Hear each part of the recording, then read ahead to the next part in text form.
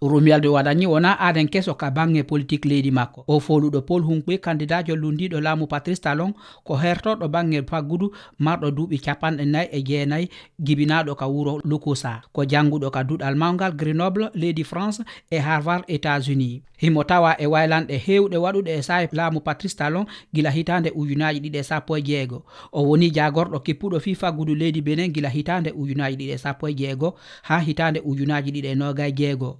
Romualdo Wadagni heɓi mbuñaji hewɗi ko fati e waylanɗe hewɗe waɗɗe e nder leydi makko. E hitande ujunaji ɗiɗi e nogay go'o kañum e hitande ujunaji ɗiɗi e nogay nayi jayde financial Afrique jonnunomo mbuñari yowitindi e jagorɗo ɓurɗo manditede halfinaɗo faggudu e kalisi e nder dunde Afrique. Gila holla ko kanko fooli ka suɓgoji horeyaku leydi makko, o jagorɗo kippuɗo fi faggudu leydi nin ƴettali taw konngol. Kono ka orgal suɓgoji horeyaku leydi Benin o fodi daranagol ɓesguji Benin tentini ɓurɗi wasude ɗin. O fodi kadi ndiyam laaɓuɗan jande cellal kañum e kisal.